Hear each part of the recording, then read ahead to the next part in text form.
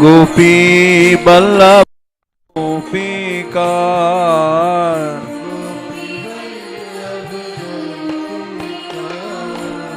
गोपी बल्लभ गोपिकार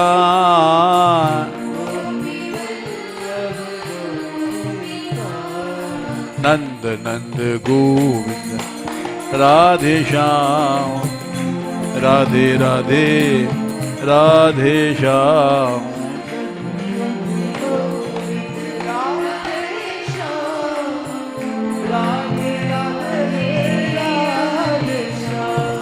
कृष्ण कृष्ण गोविंद राधे श्याम राधे राधे राधे श्याम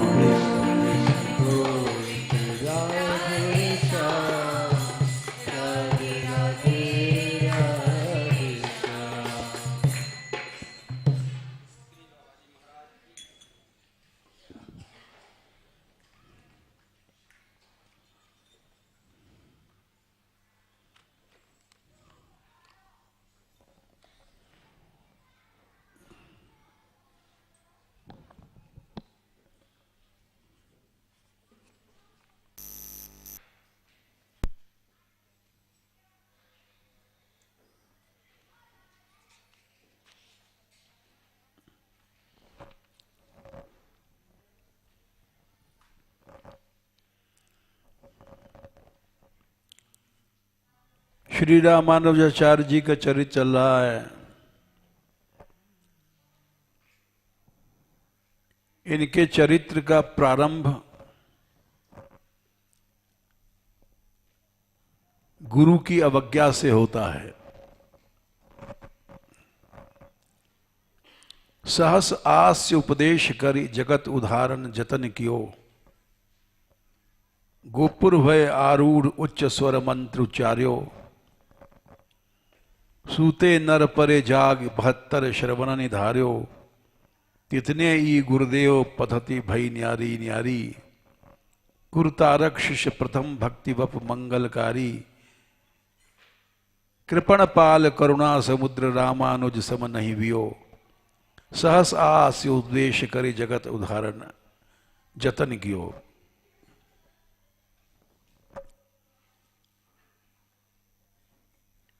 इनके जो गुरु थे जिनसे इन्होंने दीक्षा लिया था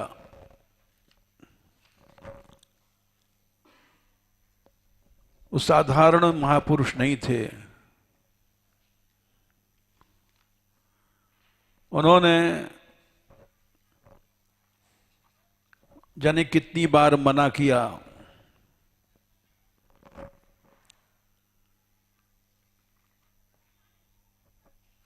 कि हम तुमको शिष्य नहीं करेंगे।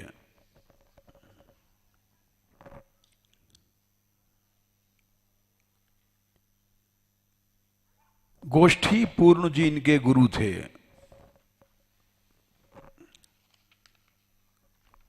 उनसे इन्होंने नारायण मंत्र की प्रार्थना किया था।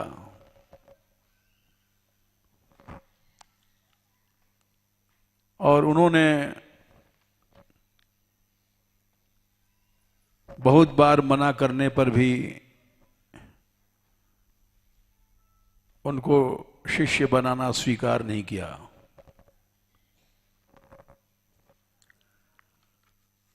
अठारह बार इन्होंने गोष्ठी पूर्ण स्वामी जी से नारायण मंत्र उपदेश की प्रार्थना किया था।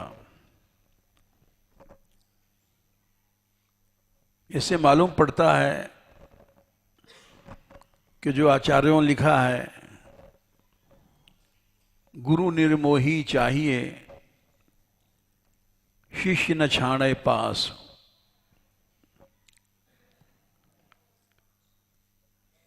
बिहारी देव जी ने लिखा गुरु निर्मोही हो उसके अंदर मोह ममता न हो मोह ममता नहीं होने का मतलब कि ऐसा नहीं कि उसमें दया नहीं हो। जो सांसारिक ढंग की मोह ममता होती है, मेरापन, अधिकार बुद्धि, ममता में दोष होते हैं। ममता तरुण तमी अनियारी, राग द्वेष उलूक सुखकारी। गोसाई जी ने लिखा है, ममता क्या है? ये ममता चित्त की वृत्ति है और एकादशम स्वीकरणम शय्याम द्वादशम अहम इति ब्याहु। चित्त की 12 वृत्तियां बताई गई हैं। गंधा कृति स्पर्श रस श्रवांसी, ये ज्ञानेंद्रियों की वृत्तियां हैं 5।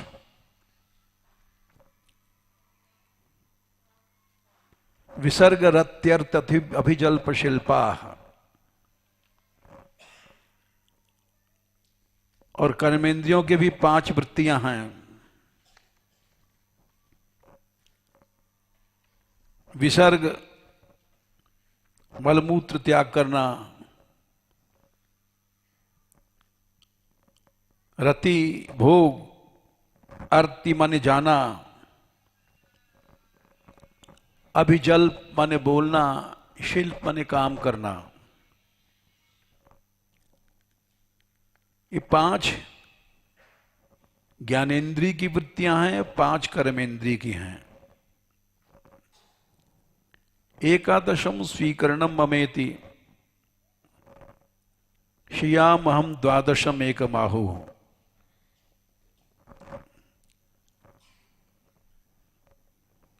राजा रहुगण को उपदेश दिया था ज्ञान का, प्रसिद्ध अध्याय है। ज्ञानेंद्रियों की 5 वृत्तियां, कर्मेंद्रियों की 5 वृत्तियां, 5 5 10। 11वीं वृत्ति है स्वीकरणम, किसी को हम अपना बना लेते हैं, अपना मान लेते हैं, अपना अधिकार समझते हैं। ये इसको ममता कहते हैं। एकादशम स्वीकरणम ममेति शय्याम अहम द्वादशम एकमाहु। अहम माने मैं। ये शरीर जो है, ये अहम वृत्ति का आधार है। ये वृत्ति इसी पर शैया माने लेटती है, आराम करती है, रहती है। ये 12वीं वृत्ति है। शय्याम अहम द्वादशम एकमाहु। तो इसलिए प्राचीन महात्मा लोग किसी को शिष्य नहीं बनाते थे।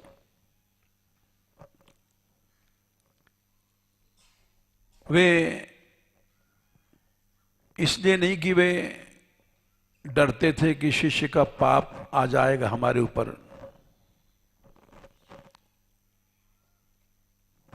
लेकिन हमारे भीतर ये मम की वृत्ति अविद्या की वृत्ति है। जैसे स्त्री पुरुष होते हैं, विवाह करते हैं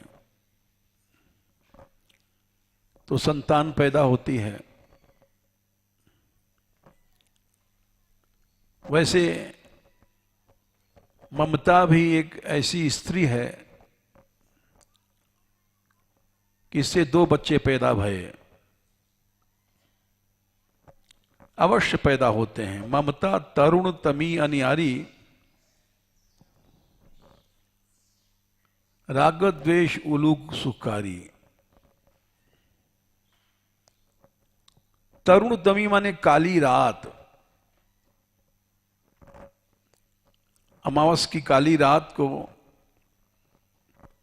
बादल घिरे हों तो हाथ से हाथ नहीं दिखाई पड़ेगा। उस रात को सारा संसार दुखी होता है,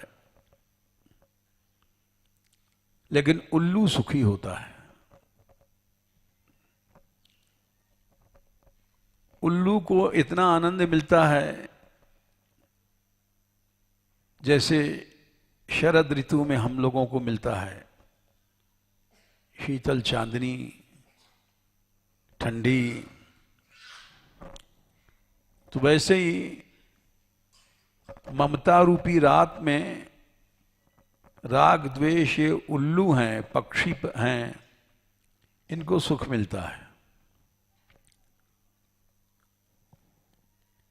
ये संसार ममता क्यों करता है?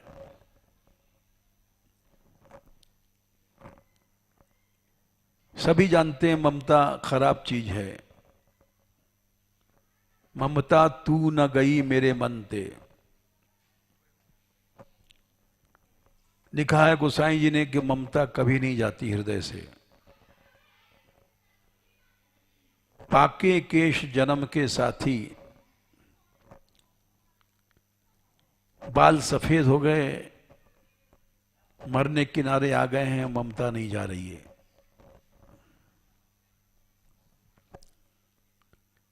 हाथ पांव हिल रहा है, कर कांपन ते हाथ कांप रहा है, पांव से चल नहीं सकते हैं लेकिन ममता करते हैं। और ये बात सत्य है कि ममता बढ़ती जाती है बुढ़ापे में। मनुष्य की कर्मेंद्रिय ज्ञानेंद्रियां तो शिथिल हो जाती हैं। पद बड़ा भारी है और उसमें लिखा है कि देखो 10 वृत्तियां आदमी की जवाब दे जाती हैं बुढ़ापे में। ज्ञानेंद्रिय, कर्मेंद्रिय। आंख से दिखाई नहीं पड़ता है बुढ़ापे में, कान से सुनाई नहीं पड़ता है, हाथ हिलता रहता है, हाथ से कर्म नहीं होता, लाओ हम निकालने तुम दूर कर दो। और इसमें नहीं है, हमारी कॉपी में है। ये प्रसिद्ध पद है, इसमें नहीं है। चलो छोड़ो। तो उस पद का भाव यह है, सारी इंद्रियों का आधार है मन। श्रोत्रम च चक्षुस्पर्शनम च लित्यो रसनम घ्राणमेव च अधिष्ठाय मनश्चायम विषयान उपसेवते। भगवान ने कहा ये जो 5 ज्ञानेंद्रिय हैं, श्रोत्रम चक्षु स्पर्शनम च रसनम घ्राणमेव च,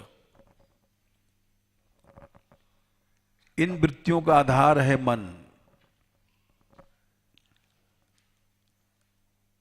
देख लो भगवान ने सही कहा कि झूठ कहा। सब सो जाते हैं गाढ़ निद्रा में,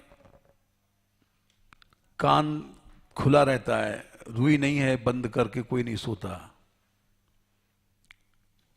कान के दरवाजे खुले हैं, नाक के छेद खुले हुए हैं, लेकिन सोने वाले को पता नहीं पड़ता दुर्गंध है कि सुगंध है। नाक से हवा जा रही है लेकिन मन सुषुप्ति में है, काम नहीं कर रहा है। तो नाक के छेद खुले हैं फिर भी कुछ नहीं पता पड़ रहा है। कान के छेद खुले हैं फिर भी कुछ सुनाई नहीं पड़ रहा है।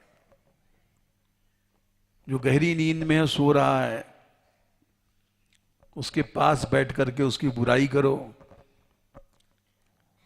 अरे तू मूर्ख है, तू उल्लू है, सो रहा है, वो कुछ नहीं बोलेगा। जागेगा तब उल्लू कह दोगे तो लड़ेगा, लेकिन कान खुले हैं, मन की चेतना लुप्त हो गई है नींद से, तो कान खुले होने पर भी सब बेकार है। बिना मन के सोते हुए लोगों की आंखें कभी कभी अध खुली रहती हैं, लेकिन कुछ नहीं दिखाई पड़ता है, क्योंकि मन की चेतना लुप्त हो गई है। सोते हुए आदमी के जीभ पर पेड़ा रख दो, वो कुछ नहीं बोलेगा मीठा है कि खट्टा है। सोते हुए आदमियों को वो लोग मजाक करते हैं, और मिट्टी के पेड़ा रख दिया एक बार मजाक में लोगों ने, वो जागा, उसको कुछ नहीं पता पड़ा। तो ये सब जो है भगवान ने सही कहा है कि अधिष्ठाय मनश्चायम विषयान उपसेवते, विषयों का सेवन करता है मन के आधार पर।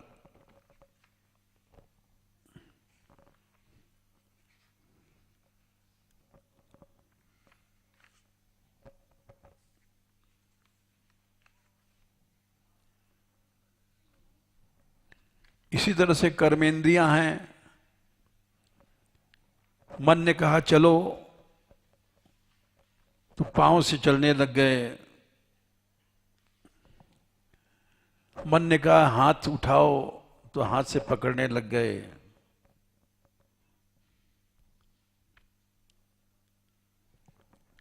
जितनी इंद्रियां हैं, इनकी वृत्ति का आधार है मन।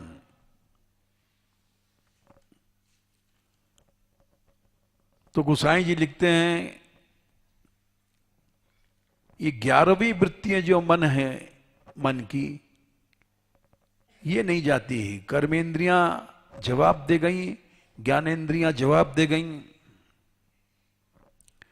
पाके केस जन्म के साथी, लाज गई लोकन थे। बाल सफेद हो गए और लज्जा चली गई। लज्जा से मतलब यह है कि महाकवि केशवदास थे,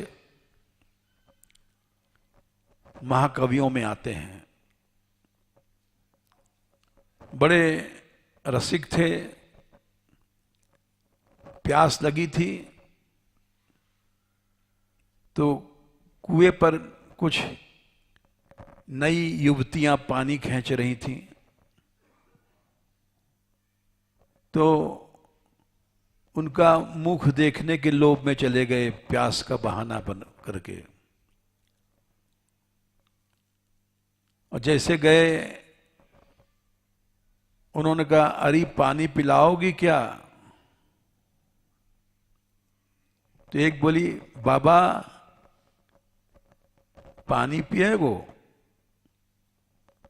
तो उनको बड़ा खराब लगा बाबा शब्द, क्योंकि बाबा तो पूज्य होता है। सोचने लग गए कि हमारा बाल सब सफेद हो गया इसलिए बाबा कहा, हम इससे हास परिहास कैसे कर सकते हैं। तो दोहा बनाया, केशव केसन अस करी, जस अरिहू न कराए। इन बालों ने तो इतना बैर किया हमसे जो शत्रु भी कोई नहीं कर सकता।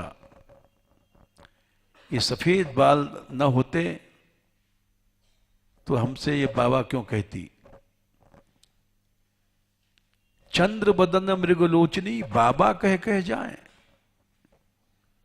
हम तो इसका मुंह देखने के लिए आए थे। चंद्र बदन है, हरिण के से नेत्र हैं, और हमसे बाबा कह रही है। लेकिन गोसाई जी ने लिखा है, तुम देखने गए मुंह, शर्म की बात है। बुढ़ापे में पाके के इस जन्म के साथी, लाज गई लोकंते। अरे सफेद बाल हो गए, मरने किनारे आ गए, अभी तो तुम देखना चाहते हो चंद्र बदन मृगलोचनी को। घर घर केशवदास हैं। तुम देख लो, जब टेलीविजन में चित्रहार आता है तो जिनके आंखों में मोटे मोटे चश्मे हैं, बहुत दृष्टि कम है, वो टेलीविजन के पास जाकर के ऐसे आंख करके देखते हैं कैसा नाच रही है।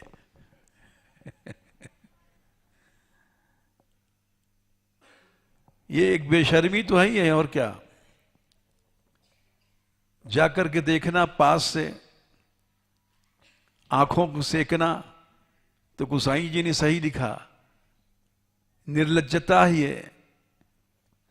आगे बैठ करके सबसे आगे देखेंगे, बुढ़रा एक करे ठठोली, हंस हंस हंस बुढ़रा बात बनावे, मुख में पोली पोली, बुढ़रा एक करे ठठोली। तो ये ममता है उसकी अपनी नेत्र इंद्रियों में। इंद्रियों में हमारी ममता है,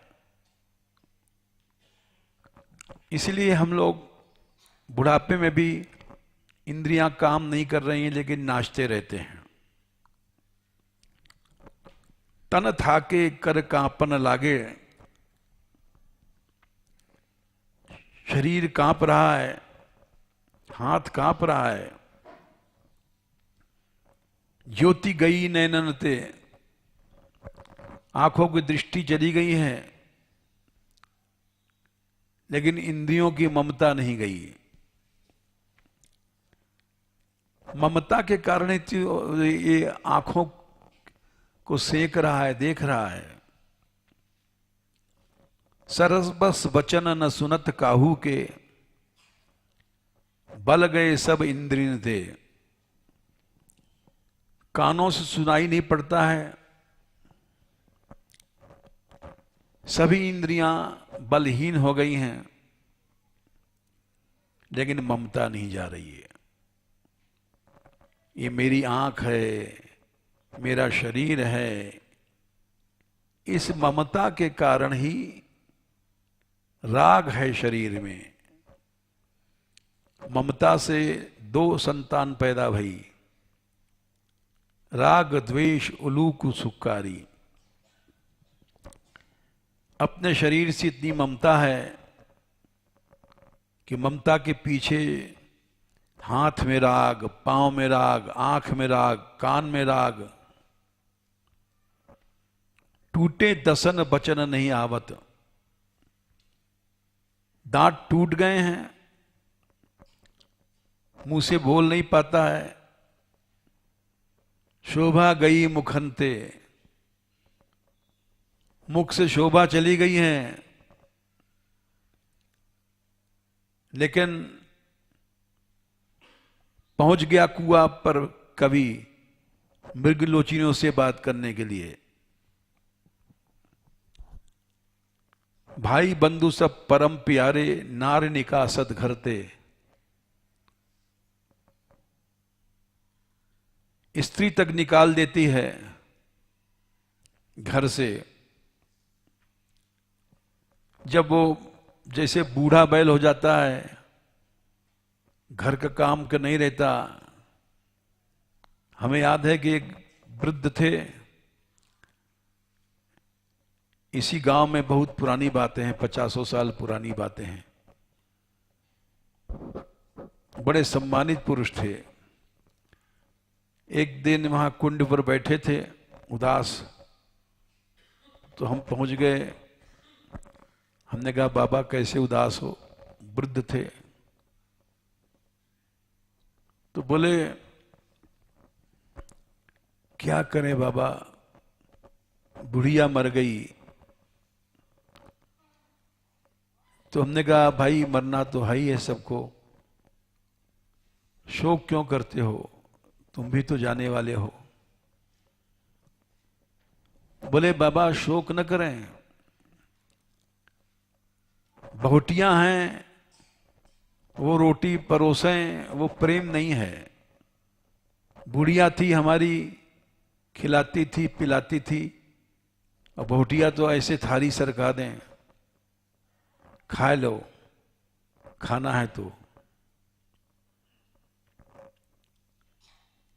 स्त्रियां भी छोड़ देती हैं बुढ़ापे में। तिरस्कार हो रहा है लेकिन ममता नहीं जा रही है। बेटा बेटी कुछ नहीं, बूढ़े की कदर करते हैं। तिरस्कार होता है लेकिन ममता नहीं जाती है। एक उदाहरण देते हैं। हम यहां से पैदल जाते थे वृंदावन, किसी जमाने में बस नहीं थी। कमई साहर वहां से छठीगढ़ पैदल जाते थे। एक रात रुकते थे, वहां एक महात्मा थे, तो वहीं भोजन करते थे, मधुकरी मांगते थे। वे मधुकरी गए लेने, देर में लौटे। हमने कहा बाबा देर में आए तुम, हम वृंदावन जाएंगे। बोले हाँ, एक घर में रोटी लेने गए, वहां लड़ाई हो रही थी, सास और बहू में लड़ाई हो रही थी, तो देर लग गई। वो सास को जो लड़का था वो अपमान कर रहा था, उसका बेटा, अपने बहू का पक्ष लेकर के। और छोटे छोटे नाती थे, वो पीट रहे थे बुढ़िया को। तो पड़ोसिन बोली ले, यही बेटा बेटी को सुख है, सब मार रहे हैं तो है, बुढ़ापे में पिट रही है। पड़ोसिन थी, उसके कोई लड़का बड़का नहीं था। तो बोली राण, मेरे तो मारवे वाले तऊ हैं, तेरे तो कोई पनाह दे बारो ना है।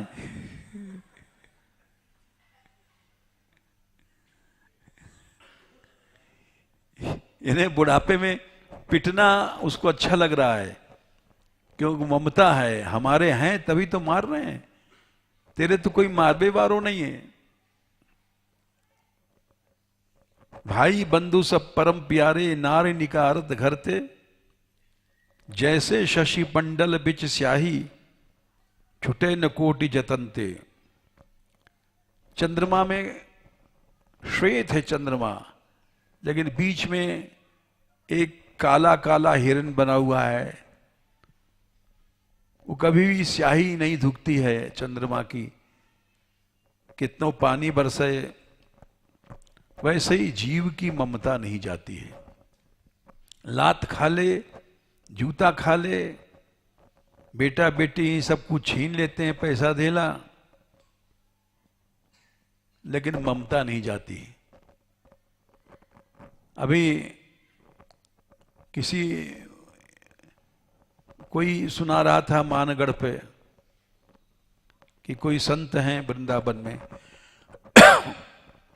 उनका तिरस्कार होता था, अब भी होता है, बेटा बेटी, लेकिन जितना दक्षिणा मिलती ही पंगत में जाते हैं वो सब इकट्ठा करते रहते हैं, और वहाँ घर में भले जूता पड़े वहीं जाके देते हैं। दैवी द्रव्य जो, पहली बात तो है कि भक्ति मार्ग है कि एक पैसा भी हमारा नहीं है। गृहस्थ हो चाहे साधु हो, सच्ची भक्ति होती है कि सब कुछ भगवान का है। धर्म च धर्मई के फलम यतो वही ज्ञानम सविज्ञानम अनुप्रशांति। जितना भी धन है भगवान का है, भगवान की सेवा में लगा दो। बोले ये तो बड़ी बेवकूफी है, हमने 50 लाख कमाया और 50 लाख हम लगाए परोपकार में। बोले तुम समझते नहीं हो, तुम तो नरक के कीड़े हो, नरक में ही तुम्हारा पैसा लगेगा। गृहेषु युञ्जन्ति कलेवरस्य, भगवान ने कहा है। शरीर में लगाओगे, बेटा बेटी में, मृत्युम न पश्यन्ति दुरंत वीर्य, इसका परिणाम क्या है? तुमको मौत, नरक।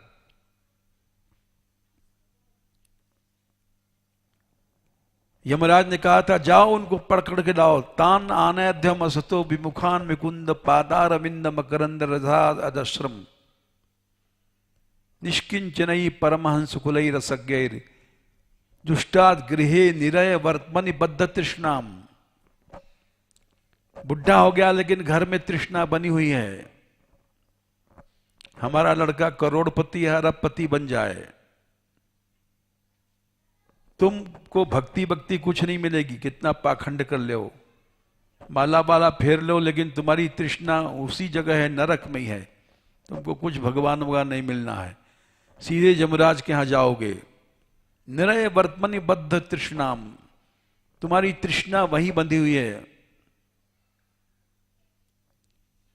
तो कायदे से तो जो कुछ है भगवान को समर्पण कर दो। दत्तम, जो कुछ है भगवान ने कहा है वो मेरे अर्पण कर दो, इसको भक्ति कहते हैं। लेकिन साधु हो गए और फिर भी जो दक्षिणा का पैसा मिलता है वहीं जाके देते हैं। बेटा बेटी में तिरस्कार करते हैं, मारते हैं, पीटते हैं।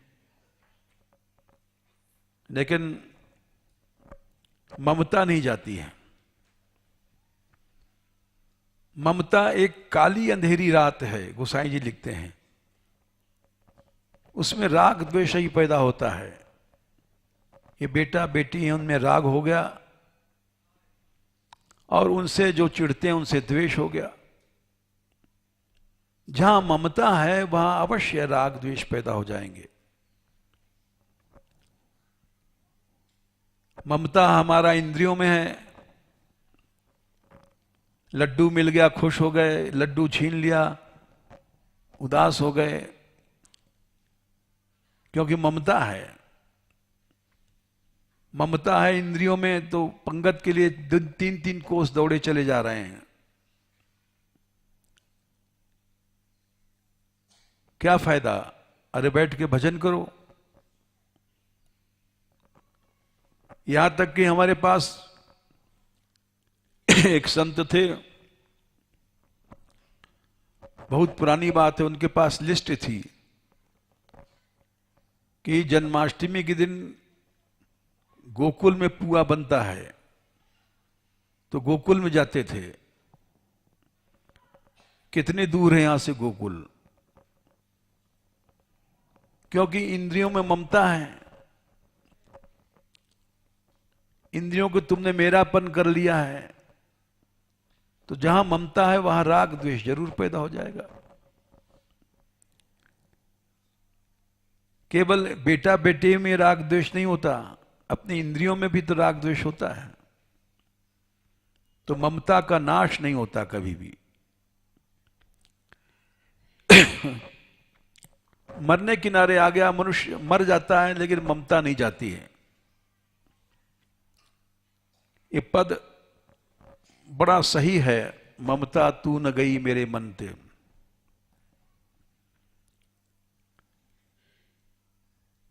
और ये इसका परिणाम क्या है? नरक।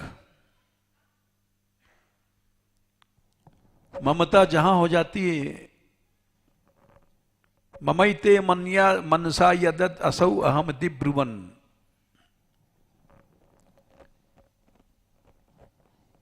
भगवान नारद जी ने उपदेश दिया है कि ममता से अहंता पैदा हो जाती है। तुमने जहां ममता किया वहीं तुम्हारा जन्म होगा, उसी के बेटा बेटी बनोगे, उसी के नौकर चाकर बनोगे। असौ अहमिति ब्रुवान गृहणीयान तत्पुमान राधम ये न जन्म पुनर्भव, और बार बार तुम्हारा जन्म होगा। संसार में ममता है तो संसार में जन्म होगा।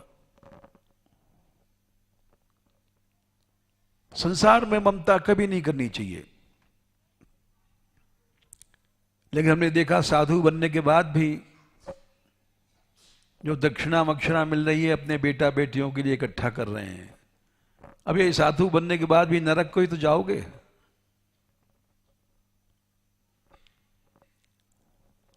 इसलिए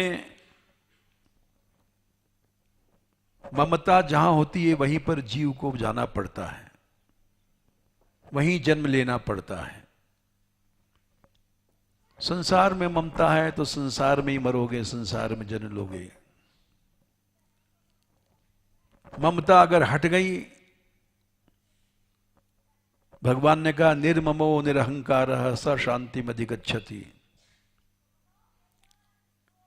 विमुच्य निर्ममः शांतो ब्रह्म भूयाय कल्पते।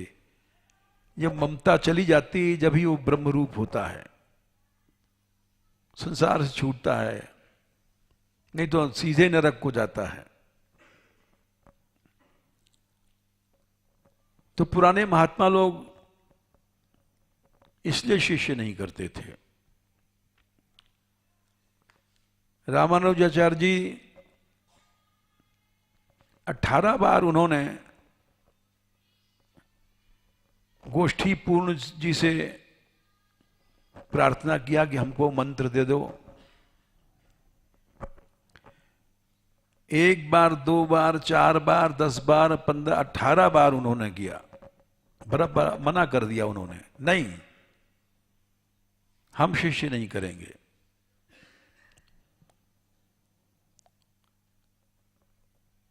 तो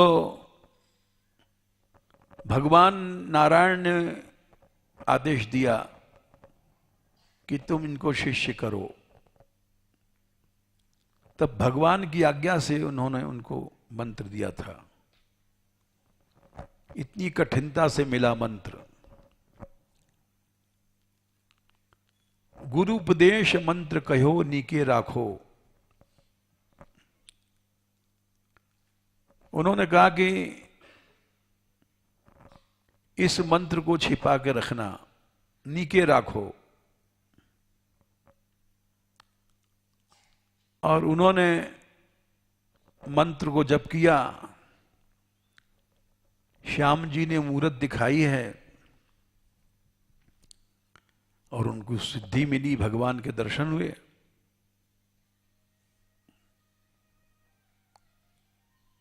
तो भगवान के दर्शन के बाद वो सोचने लग गए कि सबको भगवान का दर्शन मिल जाए।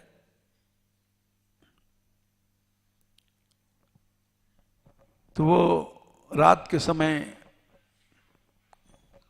ऊंचे गोपुर कहते हैं, सबसे ऊंची छत का कोठरा गोपुर, उस पर चढ़ गए।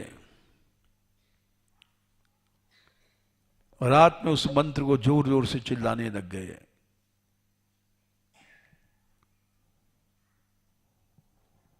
पास में लोग जो सो रहे थे उसमें से 72 आदमियों ने वो मंत्र सुना और सब सिद्ध हो गए।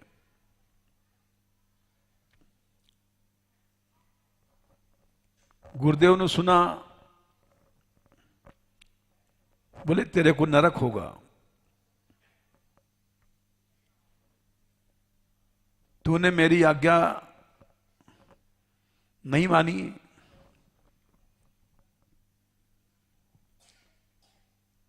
तो उन्होंने कहा गुरुदेव नरक मुझे तो होगा, 72 जीवों का कल्याण हो गया, हमको ऐसा नरक स्वीकार है।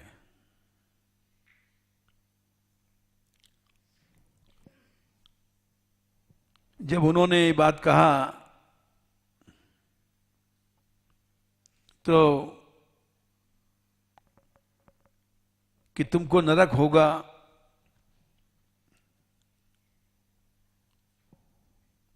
जब उन्होंने कहा कि हम स्वीकार करते हैं नरक, संसार का कल्याण हो जाए,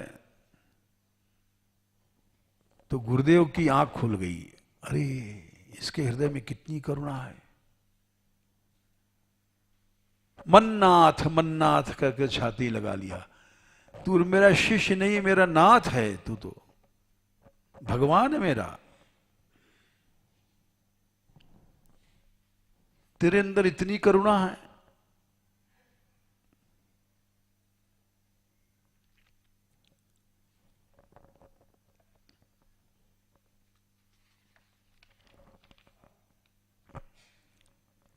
इससे मालूम पड़ता है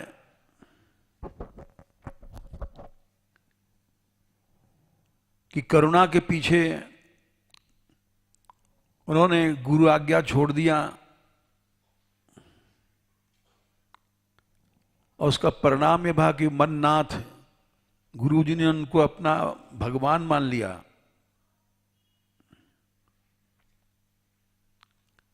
कृपणा फल हेतवः, इसको कोई अपने गति की परवाह नहीं है।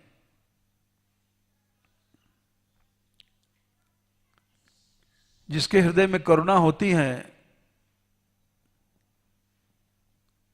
वो ईश्वरी उसमें गुण होता है। महज अपराध क्षमा नहीं होता है, गुरु की आज्ञा क्षमा नहीं होती है। लेकिन यहां उल्टा हो गया। गुरु ने उनको मन्नाथ कहा, तू मेरा प्रभु है, तेरे अंदर इतनी करुणा है।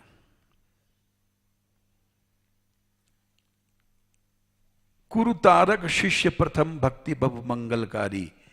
और इसका समर्थन कर रहे हैं नाभाजी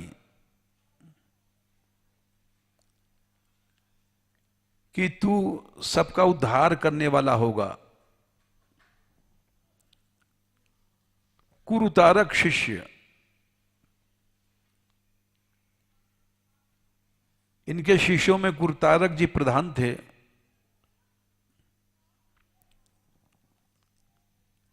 और प्रथम भक्ति बप मंगलकारी, मंगलकारी हुए हैं। ऐसा नहीं कि उनको गुरु अपराध लग गया या नामा अपराध लग गया, फलाना लग गया। नाभाजी प्रशंसा कर रहे हैं। कृपण पाल करुणा समुद्र। कृपण माने जो संसारी लोग हैं, कृपणा फल हेतवः, उन पर दया करने वाले करुणा के समुद्र। रामानुज जी के समान करुणा करने वाला कोई नहीं। कृपण पाल करुणा समुद्र रामानुज सम नहीं बियो। सस आस्य उपदेश करी जगत उद्धारण जगत कियो।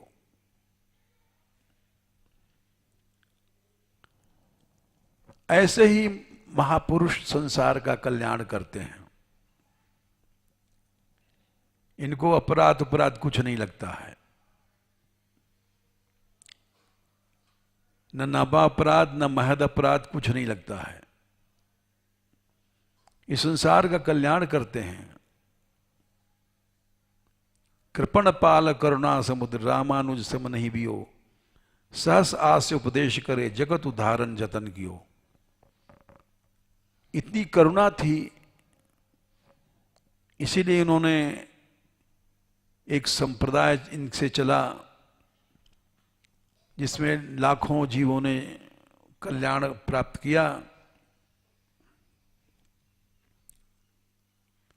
इनके समान और कोई आज तक दूसरा नहीं हुआ। बोले दूसरा क्यों नहीं हुआ?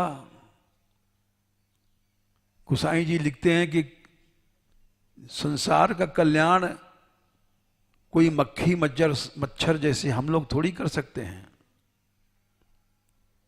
तुलसी छोटे नरन ते होत नहीं बड़ काम। जो छोटे लोग हैं, जिनका दिल छोटा है, करुणा नहीं है, वो बड़ा काम नहीं कर सकते।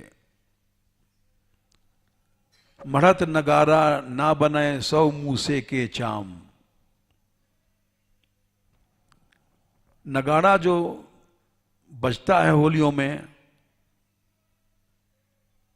वो तो बहुत बड़ा भैंसा वैसा का खाल होता है, उससे नगाड़ा बना जाता है।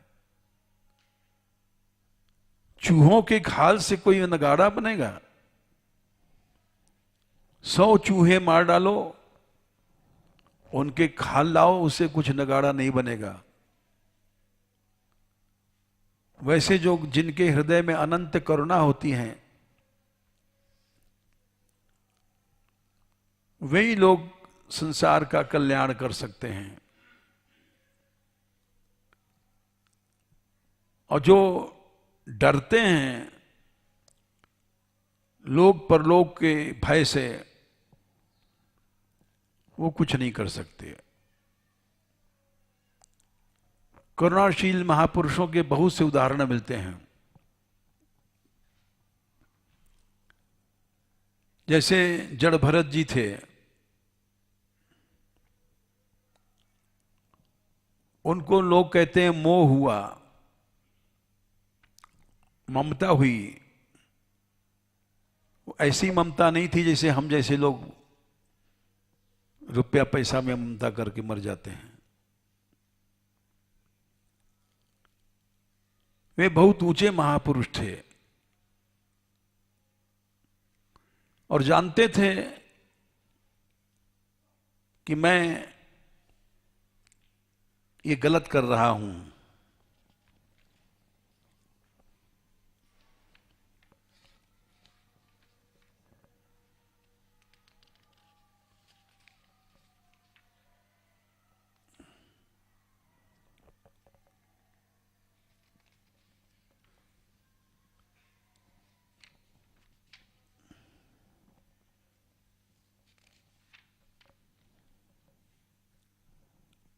लिखा है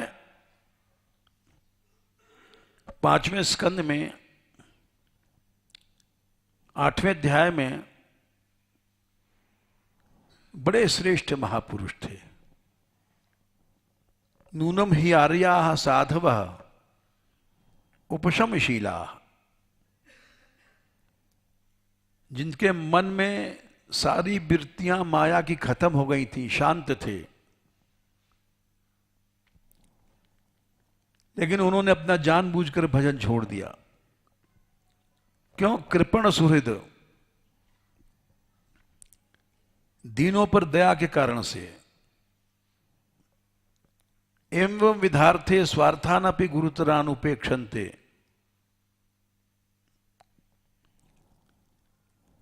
भारी स्वार्थ जो कहा भजन अपने मुक्ति के लिए, उसकी भी उपेक्षा कर दिया उन्होंने, परवाह नहीं किया। क्यों? खाली वैसी ममता नहीं थी जैसे हम जैसे लोगों की होती है। ये कहते हैं कि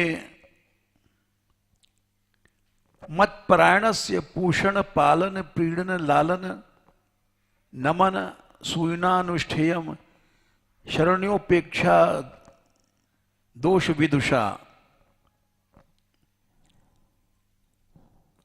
शरण की उपेक्षा करना ठीक नहीं है। शरणागत को जो जन तजही तिन्ही बुलोकवत पातक लगही। शरणागत को छोड़ना नहीं चाहिए। तो ऐसी ममता नहीं इनकी थी जैसे हम जैसे ममता में अंधे हो जाते हैं। विवेक ही नहीं रहता, विचार ही नहीं रहता।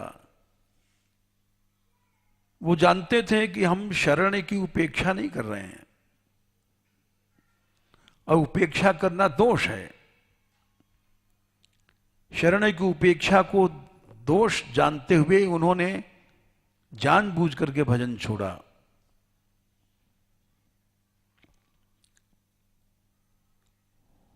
जो भी हो, ममता जहां भी है उसके अंदर राग द्वेष पैदा हो ही जाता है। और वहां भी पैदा हुआ तो उनको हरण बनना पड़ा। यद्यपि दया कृपा के कारण उनकी ममता थी, लेकिन फिर भी ममता जहां है उसमें राग द्वेष पैदा हो ही जाता है। ये भी चौसपाई सही है। ममता तरुण तमी अनियारी राग द्वेष उलूक सुखारी। इतने बड़े महापुरुष के अंदर भी राग पैदा हुआ।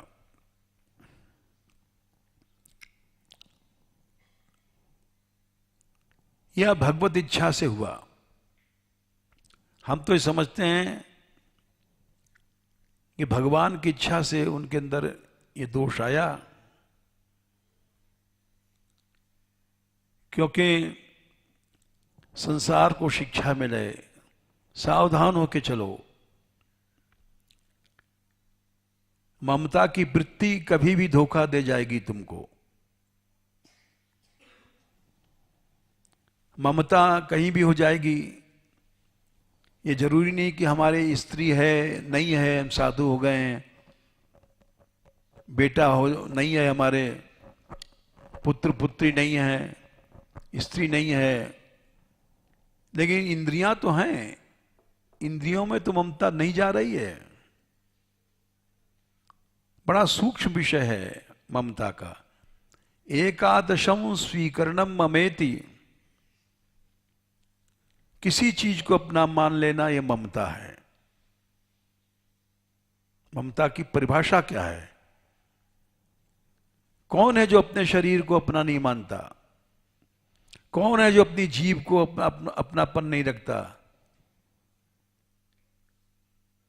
कौन है जो अपनी आंख में अपनी ममता नहीं रखता? स्वीकरणम, यही ममता है। और ये मरते समय तक नहीं जाती है। सफेद बाल हो गए, आंख नाक से दिखाई नहीं पड़ रहा है, कान से सुनाई पड़ रहा नहीं पड़ रहा है। एकादशम स्वीकरणम ममेति शय्याम हम द्वादशम एक माहु। और शरीर में अहंता, ये 12वीं वृत्ति है। तो इसलिए उन्होंने, रामानुज स्वामी जी ने, उनकी जो ममता थी जिसके पीछे उन्होंने गुरु अपराध किया या नामा अपराध किया, उस ममता का आधार शरीर या अविद्या नहीं थी, केवल शुद्ध करुणा थी। इसलिए इनको कुछ नहीं लगा। कृपण पाल करुणा समुद्र रामानुज सम नहीं बियो।